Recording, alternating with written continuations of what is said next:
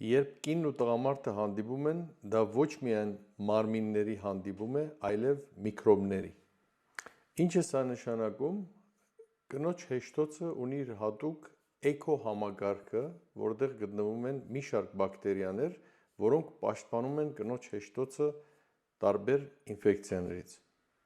Տղամարդու սեռական օրգանները իրենց հերթին ունեն որոշակի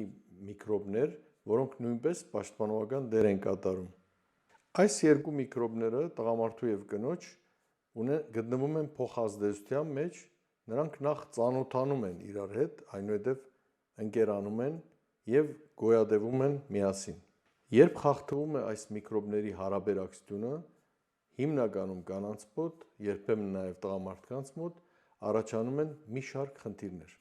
Կանանց մոտ առաջանում է վուլվովագինիտ, այսինքն հեշտոցի բորբոքում, իսկ տղամարդկանց մոտ բալանոպոստիտ, այսինքն առնանդամի գլխիկի բորբոքում։ Ինչ անել խուսափելու այս իրավիճակներից։ Խուսափել անպաշտպան սեռական հարաբերությունից, երբ որ այդ միկրոբային միջավայրը խախտված է, հիվանդությունների առկայության դեպքում բուժել հիվանդությունը, օգտագործել պրոբիոտիկներ վերականգնելու համար միկրոբների հավասարակշռությունը և վերջապես հետևել մեղմ հիգիենայի, այսինքն չօգտագործել օճառներ կամ ալկոհոլային լոսյոններ։